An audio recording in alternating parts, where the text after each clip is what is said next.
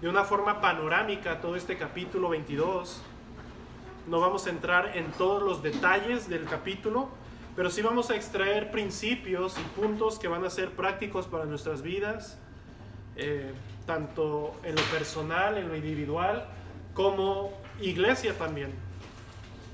Vamos a estudiar este tema de la adoración y el día de reposo.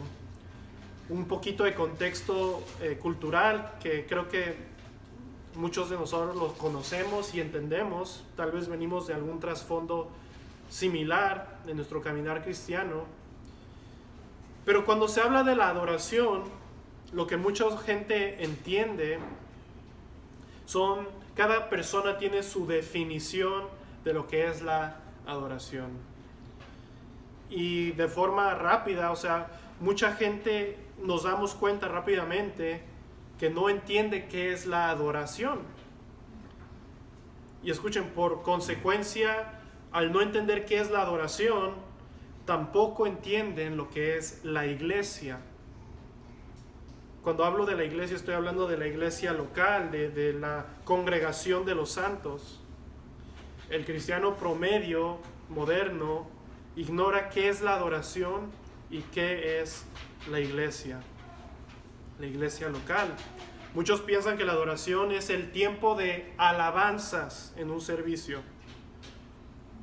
Otros piensan que es únicamente el tiempo de adoración aquellas canciones que son más lentas o tal vez más románticas, que elevan sus emociones y su espíritu a alabar o a adorar a Dios. Ya todos, incluso nosotros, tenemos una idea preconcebida de qué es la adoración. Pero la pregunta no es qué es lo que yo pienso, sino qué es lo que la Biblia dice acerca de qué es la adoración. Y si nuestra adoración se sujeta a la voluntad de Dios. Ahora, a este entendimiento erróneo de lo que es la adoración, agreguémosle que la gente no entiende, el cristiano promedio, qué es la iglesia. El cristiano promedio ha sido influenciado por el humanismo moderno, que el hombre es el centro del mundo, y esto afecta su visión de la iglesia local y su propósito. Piensan que la iglesia es para ellos. Piensan que la iglesia, aunque tal vez no lo verbalicen, pero en su mente, en su cosmovisión, en su vista, la iglesia se trata de ellos. Es un lugar donde yo recibo ayuda. Es un lugar donde yo tengo amistades. Es un club social.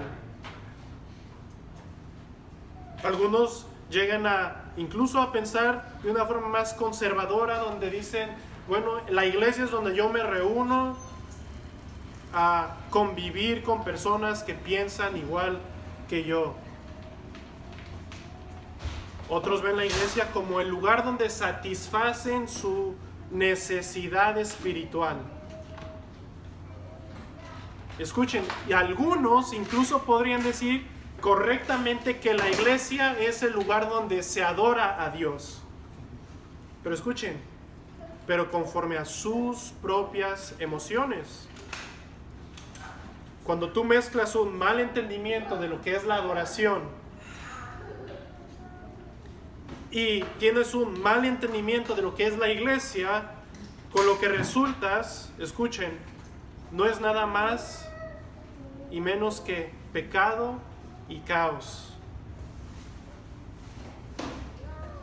Cuando tenemos un mal entendimiento de la iglesia y cuando tenemos un mal entendimiento de lo que es la adoración y estamos sujetos a nuestras emociones o a lo que nosotros pensamos que debe ser la iglesia y la adoración, pecamos y se produce desorden y caos. Y aquí lo que quiero que veamos, y por eso comencé leyendo Levítico 10, es que a Dios le importa cómo le adoramos. A Dios le importa cómo le adoramos. Tanto que 2 hombres murieron en el Antiguo Testamento por ofrecer algo que Jehová no les había mandado. ofrecieron fuego extraño. Y esto lo veremos más adelante en nuestro panorama de la confesión. Ahora, si ven su confesión brevemente, es interesante notar en sus confesiones que el capítulo 22 en el que estamos hoy, el de la adoración y del día de reposo, el capítulo 22 está antes que el capítulo 26 acerca de la iglesia. Y creo que esto es a propósito. Aunque estos dos temas están íntimamente relacionados, los autores de la confesión creo que pusieron estas dos distinciones o estas dos categorías porque la una depende de la otra. Y pienso que esta es la razón. Nosotros no podemos entender qué es la iglesia y cómo se ha de organizar y vivir la unidad entre hermanos, como es la eclesiología, lo que hemos estudiado antes, si no primero entendemos, escuchen, nuestro deber de adorar a Dios conforme a su voluntad y en el día señalado por Él. Es necesario que nosotros entendamos que es nuestro deber adorar a Dios conforme a su voluntad y en el día señalado por Él. El día de hoy vamos a considerar este capítulo 22 de una forma panorámica, como ya lo mencioné. Y hermanos, mi anhelo primordial es esto. Primero es que entendamos y nos convenzamos que a Dios le importa cómo le adoramos. Y segundo lugar es que podamos sacar el máximo provecho de nuestra adoración a Dios, con entendimiento, tanto individualmente en nuestras vidas, en nuestros hogares, y de una forma especial en la iglesia. De una forma, dicho de otra forma más práctica, mi anhelo es que podamos entender por qué hacemos lo que hacemos, por ejemplo, domingo tras domingo, día del Señor tras día del Señor. ¿Por qué el orden del servicio? ¿Por qué todas estas cosas? Y sin más demora vamos a entrar en el capítulo 1, el 22, y vamos a empezar primero con el párrafo 1. Teniendo todo esto en mente, vamos a estudiar de la adoración religiosa y del día de reposo. Párrafo 1. Este párrafo lo podemos titular como el deber de adorar y el principio regulador o el principio regulativo. Vamos a leer el párrafo 1. Dice: la luz de la naturaleza muestra que hay un Dios, que tiene señorío y soberanía sobre todo, es justo, bueno y hace bien a todos, y que por lo tanto debe ser temido, amado, alabado, invocado, creído y servido con todo el alma, con todo el corazón y con todas las fuerzas. Pero el modo aceptable de adorar al verdadero Dios fue instituido por Él mismo y está de tal manera limitado por su propia voluntad revelada que no se debe adorar a Dios conforme a las imaginaciones e invenciones de los hombres o a las sugerencias de Satanás, ni bajo ninguna representación visible, ni en ningún otro modo no prescrito en las sagradas escrituras. De nuevo, el título de este párrafo podríamos decir el deber de adorar y el principio regulador, el principio regulativo. Y primero que nada, la confesión nos muestra que es el deber de todos adorar a Dios. Noten cómo comienza. Dice: la luz de la naturaleza muestra que hay un Dios. Hay un Dios. La naturaleza es evidencia de esto. Y la naturaleza demuestra que este Dios tiene señorío, que Él es soberano sobre todo. Escuchen, que es justo, bueno y hace bien a todos. Hermanos, la adoración comienza cuando nosotros entendemos que hay un Dios, la cual la misma naturaleza muestra que hay un Dios.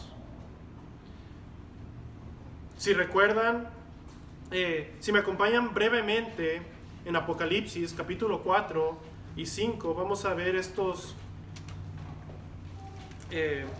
algunos versículos de Apocalipsis 4.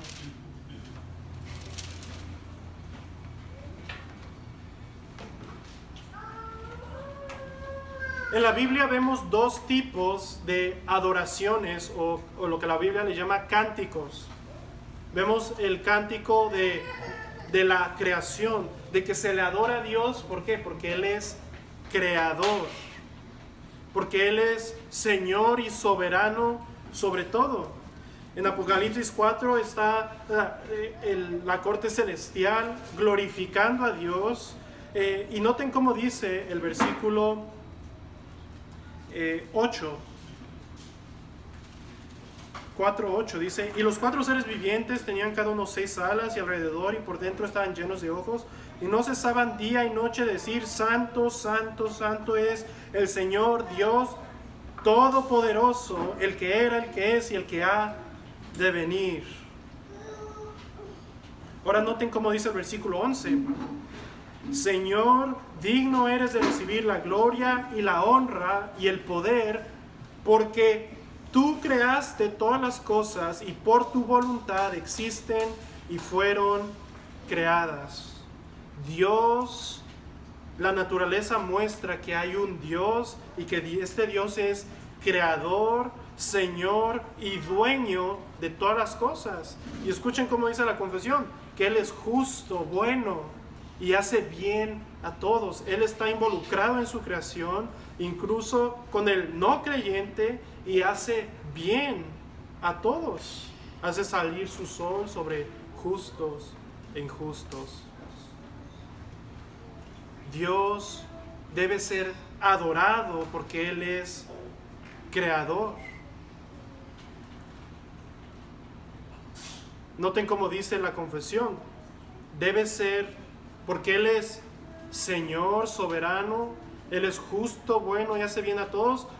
Por lo tanto debe ser temido, amado, alabado, invocado, creído y servido con todo el alma, con todo el corazón y con todas las fuerzas.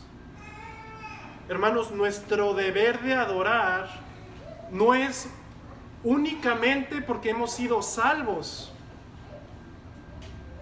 Muchos piensan que la adoración es cuando ya eres creyente, entonces ahora debes adorar a Dios. No, nuestro deber de adorar a Dios comenzó incluso antes de que fuéramos creyentes.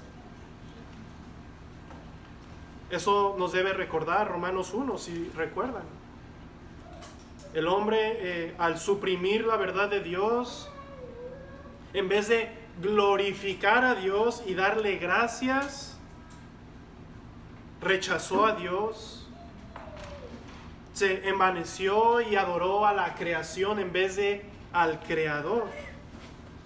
Por lo tanto, Dios los entrega a una mente reprobada, los entrega a sus pecados. ¿Por qué? ¿Porque rechazaron a Cristo? No, porque no glorificaron a Dios, porque Él es el Creador, porque Él es bueno y justo y hace bien a todos. Y no le dieron gracias ni lo glorificaron. Aunque la naturaleza muestra su poder y soberanía, el hombre rechazó a Dios. Pero noten, aquí la confesión nos recuerda que nuestro deber comienza porque Él es nuestro creador.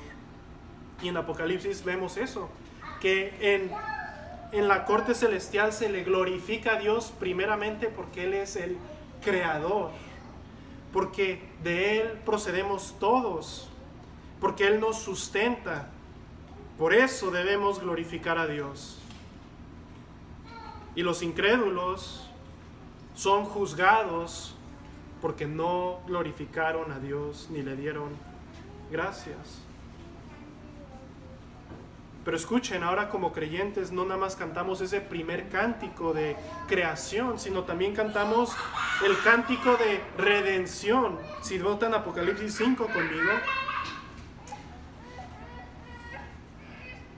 Apocalipsis 5, el siguiente capítulo, Apocalipsis 4, Apocalipsis 5, versículo 9. Noten cómo dice. Aquí está el Cordero ya delante, el Cordero, Cristo.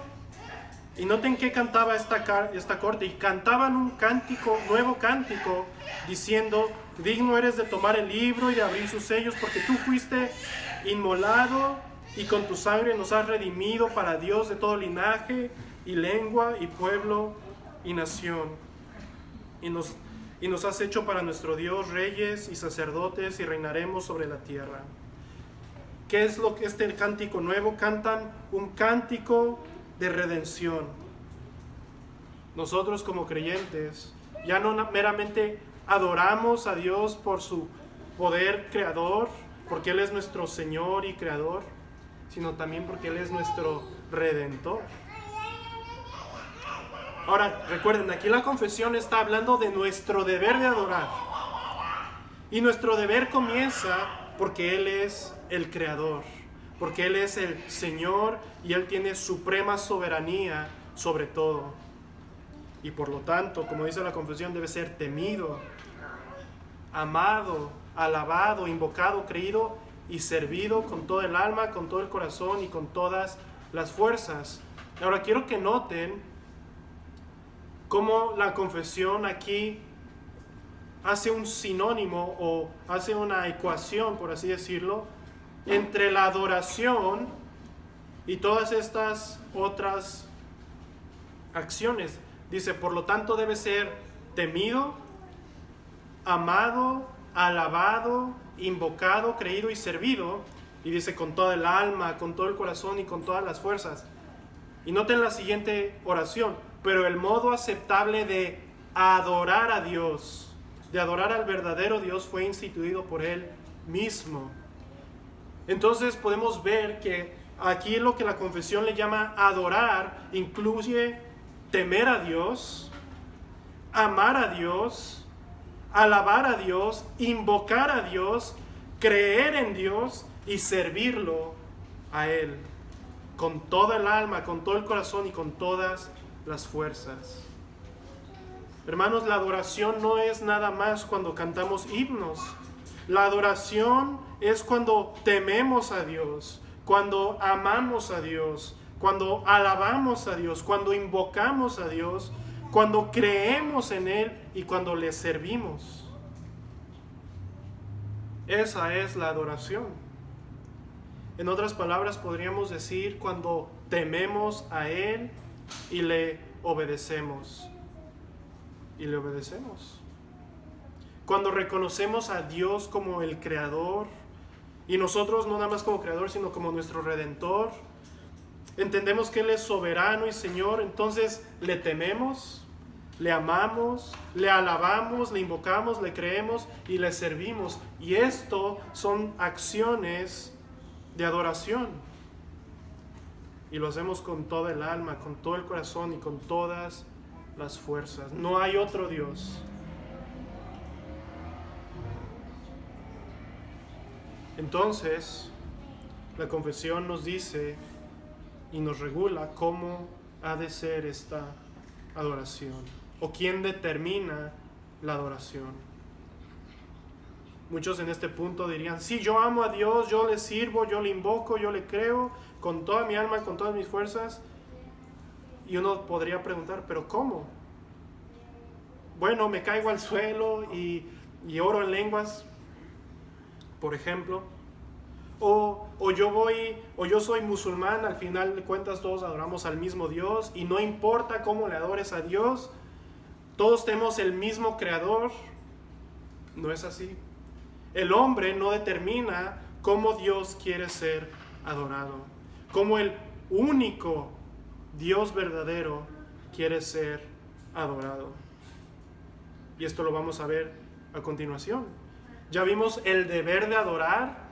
Es nuestro deber porque Él es el Creador. Ahora veamos cómo Dios determina cómo quiere ser Él adorado. Noten, pero el modo aceptable de adorar al verdadero Dios, escuchen, verdadero Dios, fue instituido por Él mismo.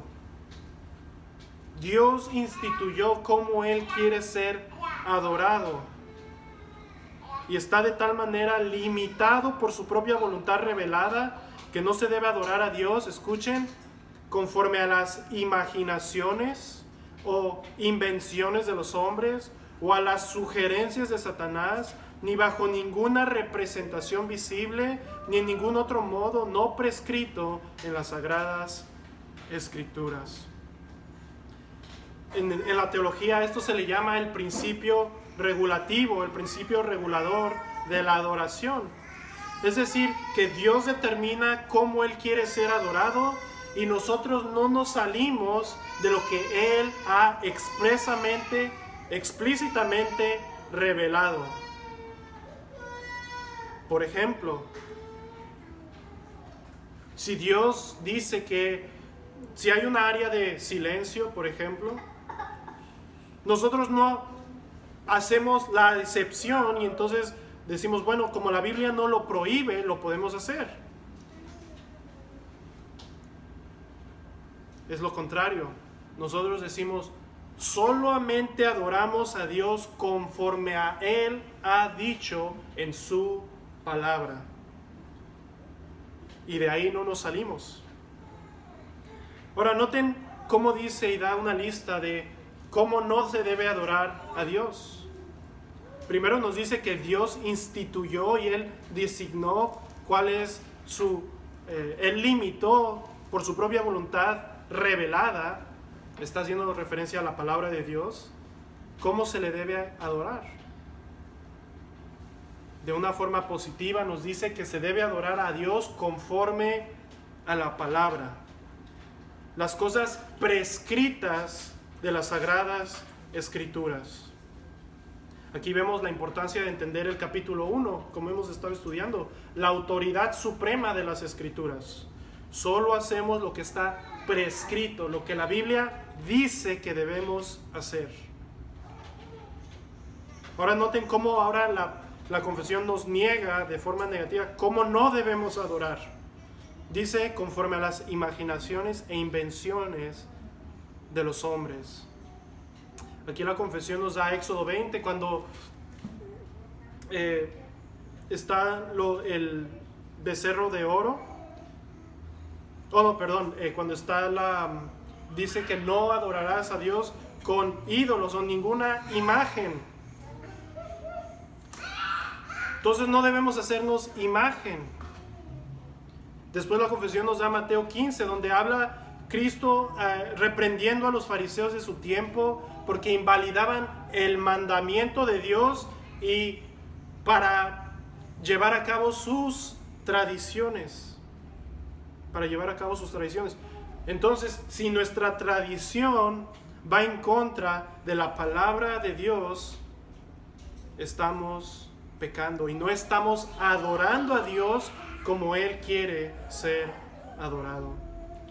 Muchas iglesias dicen, bueno, nosotros hemos hecho esto siempre así, siempre hemos hecho esto.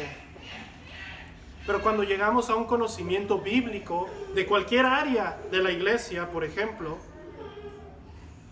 o incluso en nuestra vida personal, y nos damos cuenta que nuestra tradición o nuestro patrón de vida va en contra de la palabra de Dios, ya no lo estamos adorando como Él quiere. En Levítico 10, lo que leímos, nos da este pasaje también la confesión, y vemos en Levítico 10 que a Nadab y Abiú se le ocurrió ofrecer fuego extraño, fuego que Dios no había mandado. Cualquier idea del hombre que no sea lo que Dios haya mandado no es como Dios quiere ser adorado. Nos da Deuteronomio 17, y donde se nos dice cuando Dios iba a permitir que el pueblo de Israel entrara a la tierra prometida, el pueblo de Israel iba a ser tentado al ver cómo las naciones adoraban a sus dioses, adoraban a la luna, adoraban la creación. Y Dios les dice, no adorarán a la creación como estas otras naciones. Entonces, nuestra adoración no debe ser conforme a la cultura. No porque la cultura diga esto está de moda, es lo que vamos a hacer. Únicamente, como dice la palabra, conforme a las Escrituras. Lo único que está prescrito. Ni por imaginaciones, ni por ideas de hombres, ni bajo ninguna representación visible, ni en ningún otro modo no prescrito en las Sagradas Escrituras. Hemos visto este primer párrafo y hemos visto el deber de adorar y el principio regulador. El principio regulador haciendo referencia a que solo adoramos a Dios conforme a Él ha prescrito. Ahora, a continuación, la confesión nos va a decir cómo y quién debe ser el objeto de nuestra adoración. Leamos el párrafo 2. Este párrafo le podríamos titular Adorar la Trinidad por medio de Jesucristo. La adoración religiosa ha de atribuirse a Dios Padre, Hijo y Espíritu Santo, y a Él solamente, no a los ángeles, ni a los santos, ni a ninguna otra cosa, ni a ninguna otra criatura.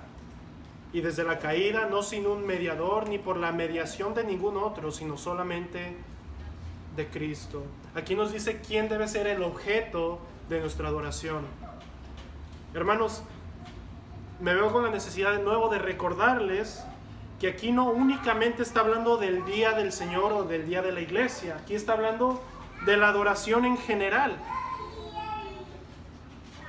De la adoración general en nuestras vidas diarias.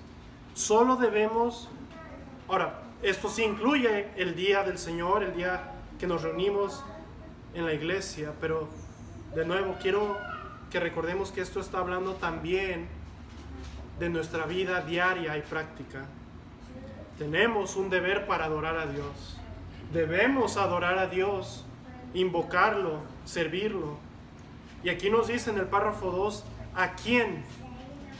Esta adoración se ha de atribuirse a Dios Padre, al Hijo y al Espíritu Santo, a este único Dios verdadero, este Dios trino, y solamente a Él. Creo que es bastante clara este punto de la confesión, y nos ha de recordar también a los mandamientos, donde no se ha de adorar a ninguna criatura, sino solamente a Dios. Ahora, la confesión después nos agrega que esta adoración debemos recordar que es únicamente por medio de Cristo. El hombre en el jardín tenía acceso libre a Dios y podía adorar a Dios, pero como dice la confesión, desde la caída, el hombre perdió esa comunión con Dios, con su Padre, y ahora el hombre se ve en necesidad de un mediador entre Dios y el hombre. Y este mediador es Cristo, como dice la confesión y las Escrituras. No hay otro mediador entre Dios y el hombre, sino Cristo, Jesucristo. Debemos recordar que nuestra adoración es únicamente aceptable por medio de Cristo. Las otras religiones que pretenden y dicen glorificar o adorar a Dios, no lo hacen. No adoran al Dios verdadero. Adoran a sus propios ídolos.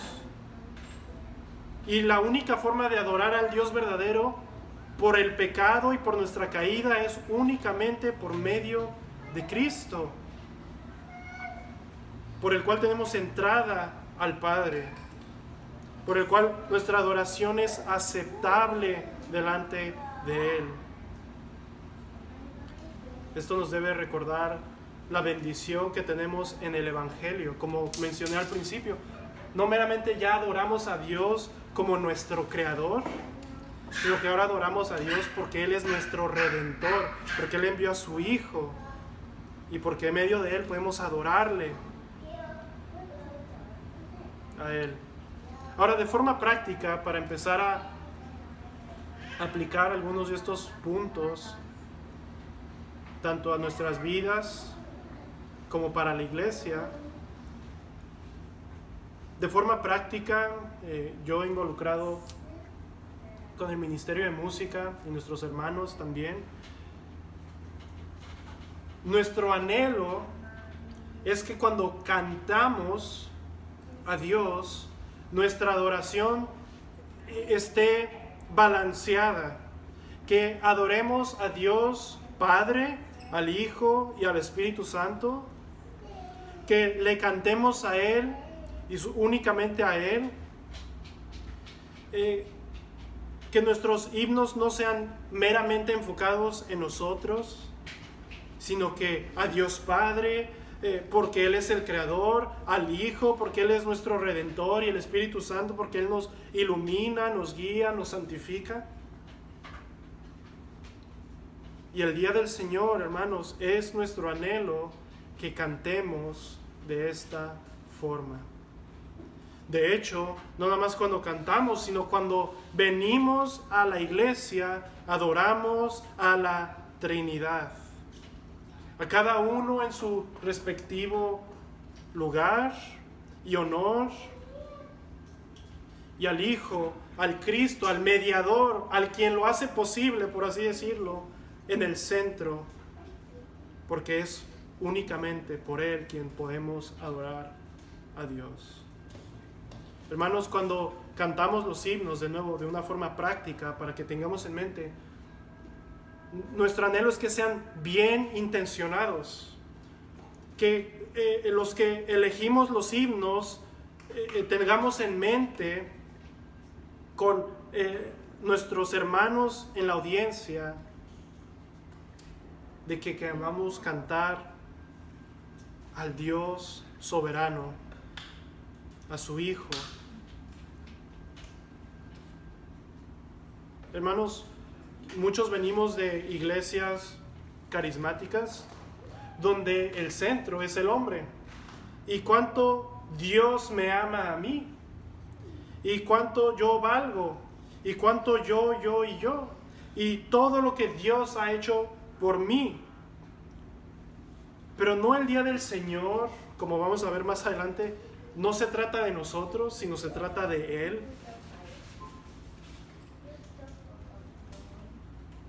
Nosotros como creyentes ya hemos experimentado demasiado acerca de nosotros mismos durante toda la semana. Escuchen, queremos ser elevados al cielo mismo, donde se escucha santo, santo, santo, donde se adora a Dios, al Redentor y únicamente a Él. Ahora, esto no significa, y no malentiendan, que no podamos cantar acerca de lo que Cristo ha hecho por nosotros, acerca de cómo vivimos como creyentes, acerca de nuestras luchas como creyentes. Pero hermanos, eso es secundario. Es nuestro deber adorarlo a Él primordialmente.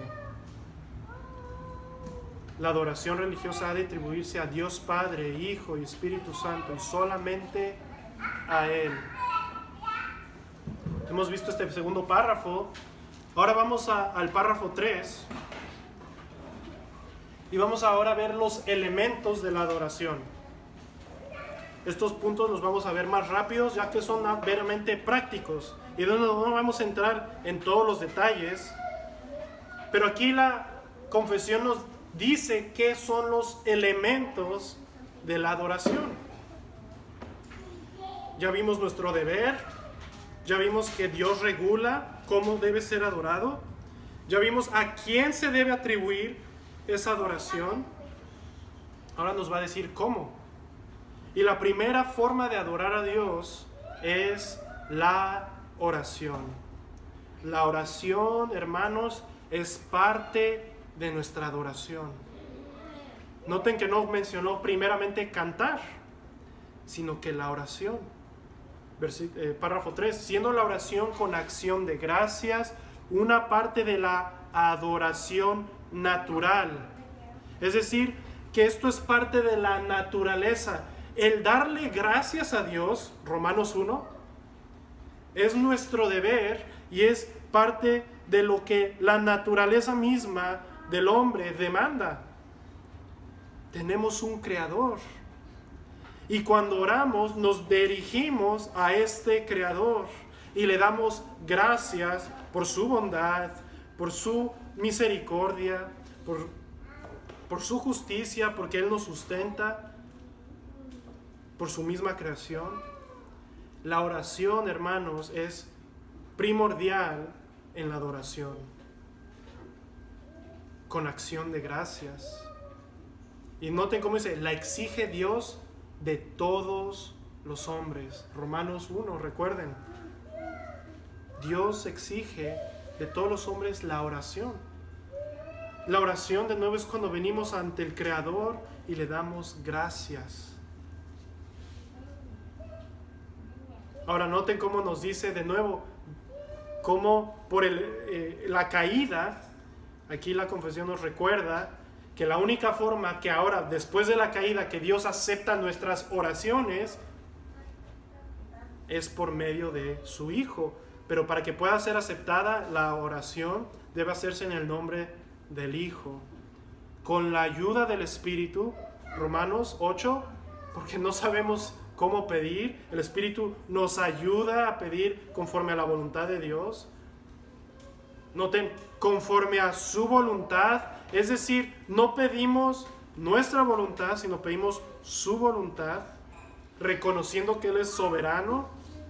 Nos alineamos a Dios, reconocemos su poder. Noten cómo debe ser la oración: con entendimiento, con reverencia, con humildad, fervor, fe, amor y perseverancia. Y agrega la confesión, y cuando se ora con otros debe hacerse en una lengua conocida. Esto nos ayuda a eliminar y a refutar el orar en lenguas, ¿no? Lo que los carismáticos llaman orar en lenguas.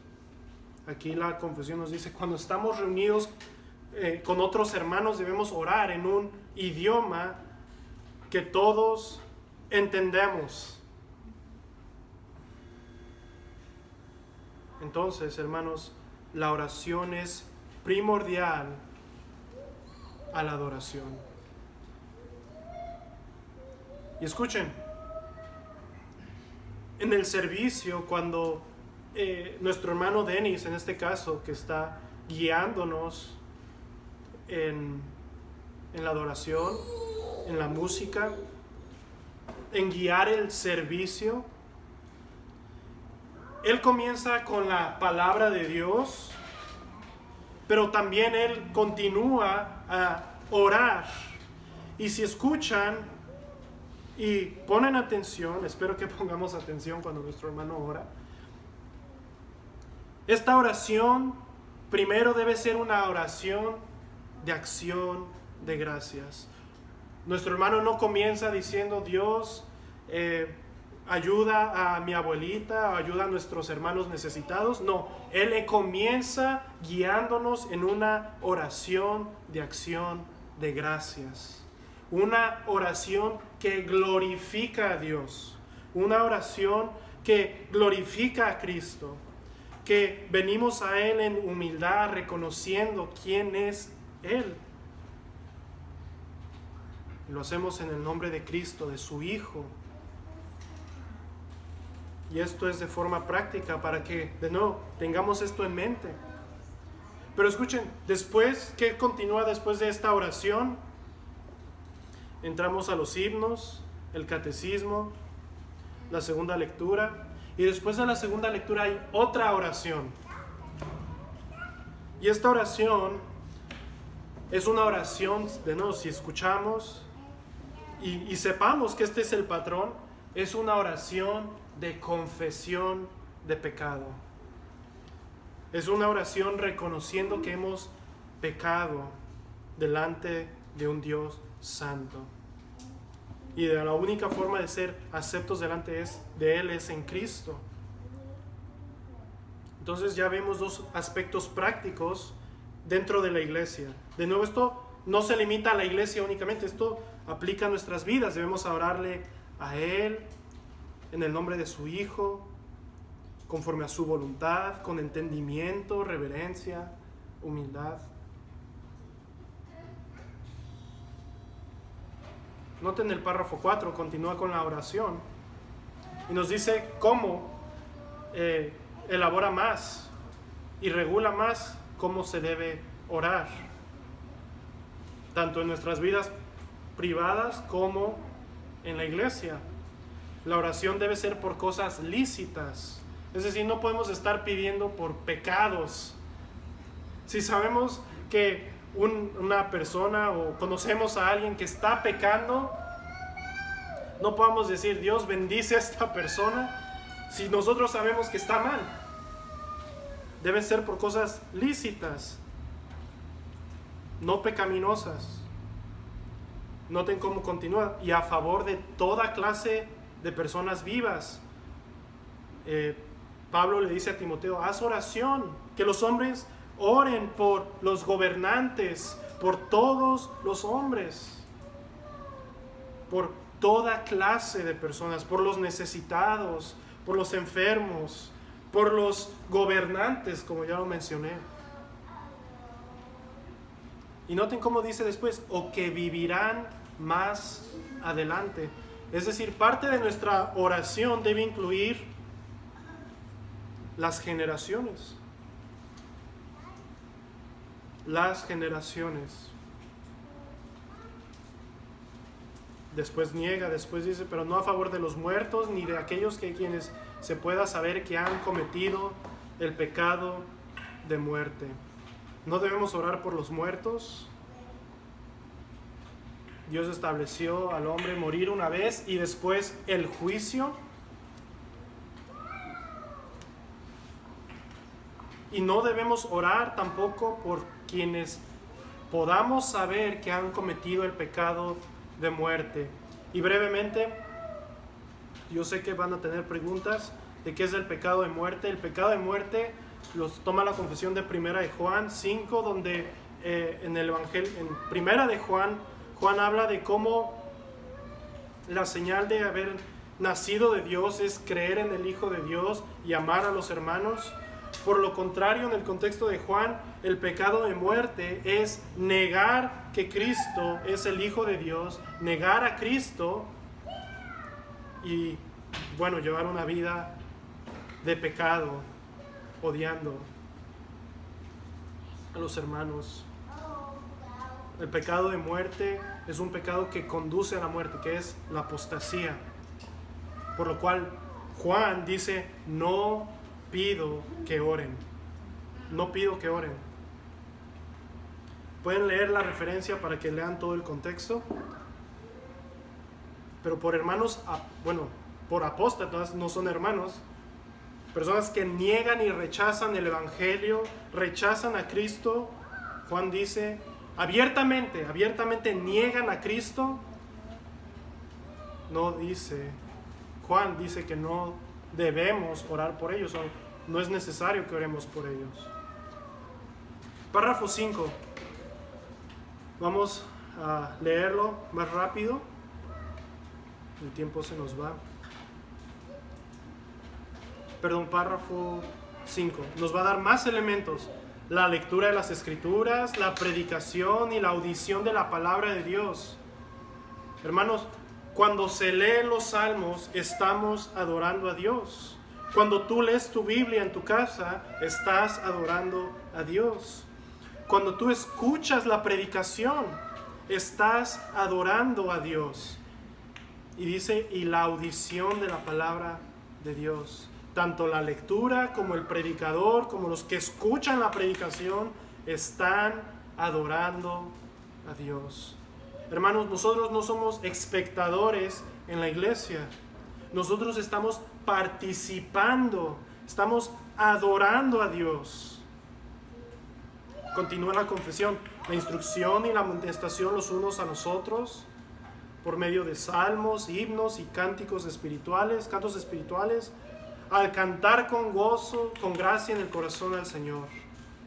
cuando escuchamos instrucción de la palabra de Dios, cuando un hermano viene y te amonesta, es parte de la adoración a Dios. Cuando nos amonestamos con salmos, himnos y cánticos espirituales que nos animan a adorar a Dios, es parte de la adoración. Es parte de la adoración. También dice, como también la administración del bautismo y la cena del Señor, son parte de la adoración religiosa a Dios que ha de realizarse en obediencia a Él, con entendimiento, fe, reverencia y temor piadoso. Todo esto es parte de la adoración. Además, agrega, y esto es interesante, la humillación solemne, con ayunos y las acciones de gracia en ocasiones especiales han de usarse de una manera santa y piadosa. Nosotros también podemos adorar a Dios cuando nos humillamos, tal vez incluso por un mismo pecado nuestro, y nos humillamos ante Dios. Y entramos en un ayuno por algún pecado o incluso por otra persona. Cuando estamos orando a Dios, es parte de la adoración. Y recuerden, ya nos reguló y nos explicó cómo debemos orar. Párrafo 6. Ahora bajo el Evangelio ni la oración este párrafo nos va a decir que Dios debe ser adorado en todo lugar. Ahora bajo el Evangelio ni la oración ni ninguna otra parte de la adoración religiosa están limitadas a un lugar, ni son más aceptables por el lugar en el que se realizan o hacia la dirección que se dirigen, sino que Dios ha de ser adorado en todas partes, en espíritu y en verdad. Dios no ha limitado su adoración a una zona geográfica, sino que todos podemos adorar a Dios en todo lugar. Noten cómo lo especifica, tanto en cada familia particular, diariamente. Puedes adorar todos los días, no te tienes que limitar solamente a un día, sino puedes adorar en tu casa diariamente, como cada uno en secreto por sí solo. Tú puedes adorar a Dios tú mismo, mientras lees tu Biblia, mientras oras, mientras tú mismo cantas al Señor. Ahora escuchen, así como de una manera más solemne en las reuniones públicas. Cuando nos reunimos como iglesia el día de hoy, es una forma más solemne de adorar. Y vamos a ver que incluso el día supremo de la adoración es el día del Señor. Hermanos, algunos podrían torcer este párrafo y decir, mira, yo puedo adorar a Dios en todo lugar, no tengo que ir a la iglesia. No, aquí lo que está diciendo la confesión es que adorar a Dios no se limita a un día de la semana. Tú puedes adorar a Dios todos los días. Todos los días, mientras cocinas, mientras vas al trabajo, mientras vas a la escuela, mientras estudias, mientras lees tu Biblia. Todo lo que hacemos debe ser un acto de adoración a Dios como creyentes. La idea católica estaba de que solo los sacerdotes, que solamente la iglesia era el momento sagrado. No, la Biblia nos enseña que toda la vida se debe vivir para la gloria de Dios, adorándole a Él. Pero esto no elimina que hay un día más solemne donde se adora a Dios de una forma especial. Ahora noten cómo continúa brevemente, dice, así como de una manera más solemne en las reuniones públicas. Escuchen, las cuales no han de descuidarse ni abandonarse voluntariamente o por negligencia cuando Dios por su palabra o providencia nos llama a ellas.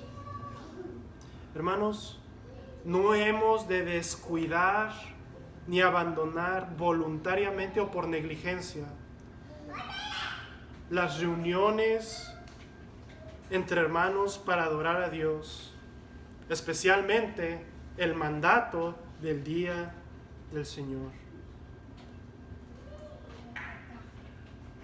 Hermanos, debemos adorar a Dios cuantas más veces podamos con la iglesia. Se entiende que hay momentos donde no se puede por una circunstancia, pero que la razón por la cual no vengamos a adorar a Dios con los santos, especialmente el día del Señor, que no sea voluntariamente o por negligencia. Negligencia porque no te organizaste bien y fuiste negligente, o porque simplemente no te dio ganas de ir ese día al estudio o al día del Señor.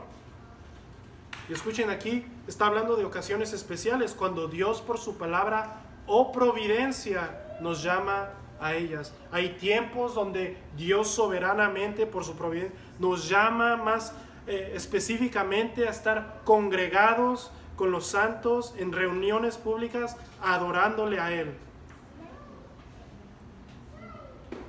Hermanos, examinemos que no sea una negligencia o que incluso sea voluntario el no querer o asistir a los medios por los cuales adoramos a Dios como iglesia. Como iglesia. Que no sean negligencias. De nuevo, aquí no se está diciendo que no hay excepciones o momentos de vacaciones o de diferentes circunstancias. Pero la idea aquí, lo que la confesión nos enseña, y pueden ir a ver las referencias bíblicas, que no sea negligencia o voluntariamente. Y de una forma práctica, y lo voy a decir por mí, y porque esto lo escuché de otro pastor que también lo mencionó, y yo me pude relacionar. Cuando por negligencia o voluntariamente, específicamente estoy hablando de esas dos cosas, no asistimos ya sea a un estudio o a un día del Señor, tengan en mente, hermanos, primero, que estamos siendo negligentes en adorar a Dios. De nuevo, negligencia o voluntariamente. Pero también, como dijo este pastor, no recuerdo su nombre, los pastores o los predicadores o los maestros les afecta en un sentido. Piensen en un predicador, en un pastor, un maestro que se prepara toda una semana para pastorear a la iglesia que Dios le ha dado, y que un miembro por negligencia o por voluntariamente falta. De nuevo, negligencia o voluntariamente. Esto, aunque no lo destruye al pastor o lo desanima totalmente, pero su anhelo es que la congregación, las ovejas, puedan recibir lo que el Señor tiene para ellos. De nuevo, tengamos que no ser negligentes o dejar de asistir voluntariamente a la adoración al Señor. Vamos a concluir con estos últimos dos párrafos que nos van a decir específicamente el día especial, el día señalado especial para la adoración. Ya vimos cómo hay un deber de adorar, cómo debemos adorar a Dios, a la Trinidad, que parte de la adoración, el comienzo de la adoración es la oración, la lectura de la palabra, cantar, la predicación, el escuchar la predicación, la amonestación, las reuniones públicas. Ahora nos va a decir que hay un día especial y que es un mandamiento. Noten el párrafo 7, así como la ley de la naturaleza, que en general una proporción de tiempo por designio de Dios, se dedique a la adoración a Dios así en su palabra por un mandamiento positivo, moral y perpetuo que obliga, escuchen, a todos los hombres en todas las épocas. Dios ha señalado particularmente un día de cada 7 como día de reposo para que sea guardado santo para Él. Esto está hablando del cuarto mandamiento. El cuarto mandamiento, que es un mandamiento moral, se encuentra en la ley moral de Dios y es un mandamiento perpetuo. Al igual que no matarás, es un mandamiento perpetuo. Al igual que no tendrás otro Dios, no tendrás otro ídolo, el primer mandamiento. Es un mandamiento moral y perpetuo. El día del Señor, el día de reposo, el día que se dedica únicamente y exclusivamente a adorar a Dios, dice que es el día señalado particularmente, que se guarda santo, separado para esta adoración. Es el día en que nos dedicamos por completo a la adoración a Dios. Y noten cómo dice, el cual desde el principio del mundo hasta la resurrección de Cristo fue el último día de la semana, y desde la resurrección de Cristo fue cambiado al primer día de la semana, que es llamado el día del Señor, y debe ser perpetuado hasta el fin del mundo como el día de reposo cristiano, siendo abolida la observancia del último día de la semana. Y para este punto, nada más voy a citar el comentario de Sam Waldron, donde nos explica cómo el día de reposo en el Antiguo Testamento, desde la creación, se celebraban 2 cosas. Primero, que en el día de reposo se celebraba la primera creación. Dios descansó el 7º día de todas sus obras. Y Jesús nos dice que ese día de reposo fue hecho para el hombre. El hombre debía recrearse en Dios, en adoración a Dios. Pero después de que el pueblo de Israel es redimido de esclavitud de Egipto, Dios les muestra que en ese día, la Pascua, iba a ser un día santo, un día de reposo para ellos de igual forma. Entonces, el día de reposo en el Antiguo Testamento, como dice Sam Waldron, se celebraba la primera creación y la redención del pueblo de Egipto. Ahora la confesión nos dice que ese día ha sido transferido desde la resurrección de Cristo al primer día de la semana, llamado el día del Señor. Y esto es porque ahora en Cristo, de nuevo cito a Sam Waldron, ya celebramos una nueva creación porque Cristo resucitó. Celebramos una nueva creación en Cristo.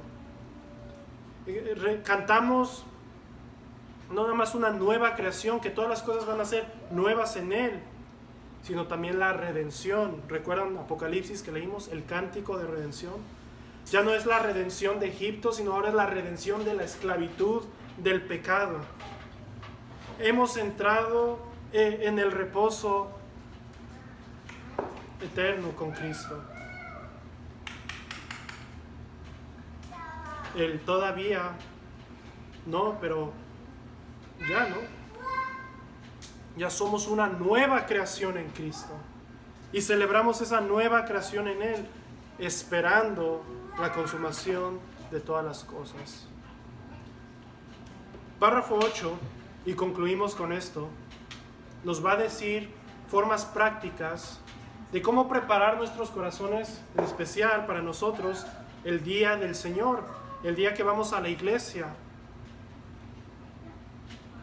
El día de reposo se guarda santo para el Señor cuando los hombres, noten, el día de reposo se guarda santo, es decir, se guarda apartado para el Señor, cuando los hombres, nos va a decir cómo se guarda santo, después de la debida preparación de su corazón y de haber ordenado de antemano todos sus asuntos cotidianos. No solamente observan un santo descanso durante todo el día de sus propios labores, palabras y pensamientos, acerca de sus ocupaciones y diversiones seculares, sino que también se dedican todo el tiempo al ejercicio público y privado de la adoración de Dios y a los deberes que son por necesidad y por misericordia. Nos dice la confesión de una forma práctica, y de nuevo lean las referencias, porque ellos no nada más lo pusieron arbitrariamente, pero nos explica que la forma como se guarda santo el día del Señor es después, primero, que hay una preparación. Es decir, el sábado, desde el viernes tal vez, tú preparas tus días y preparas tu corazón para el domingo. Después de haber ordenado de antemano todos tus asuntos cotidianos. Es decir, el día del Señor no estás corriendo y angustiándote de tus ocupaciones seculares o diversiones seculares o hobbies, sino que tú te preparas. Hay una preparación de antemano. Preparas todos tus asuntos para que ese día lo dediques totalmente a la adoración a Dios. No meramente cuando llegamos a la iglesia, sino desde que nos despertamos. Todos nuestros pensamientos, palabras, ocupaciones, todo debe estar dedicado al ejercicio público, es decir, en la congregación, y en privado a la adoración de Dios. Incluye también los deberes que son por necesidad y por misericordia. En lo práctico, es un buen día de evangelizar. Es un buen día de dar alimento a los pobres, no como sustituto del día de la iglesia, pero como tú dedicas todo el día a adorar a Dios, en ese día es un día especial, donde te ocupas de las cosas de Dios de una forma especial. Entonces, hermanos, espero que este panorama, aunque general, nos haya servido de instrucción. Lo pueden seguir leyendo, ir a las referencias, ver incluso en estos versículos de este último párrafo cómo Dios toma tan en serio el día del Señor. El día del Señor era santo, o es santo más bien, único. Entonces, espero que nos haya servido para entender qué es la adoración, cómo debemos ver cuando vamos a la iglesia y apreciar todos los elementos de la iglesia y ver no nada más el día del Señor, sino todos los aspectos de nuestras vidas como un acto de adoración al Señor.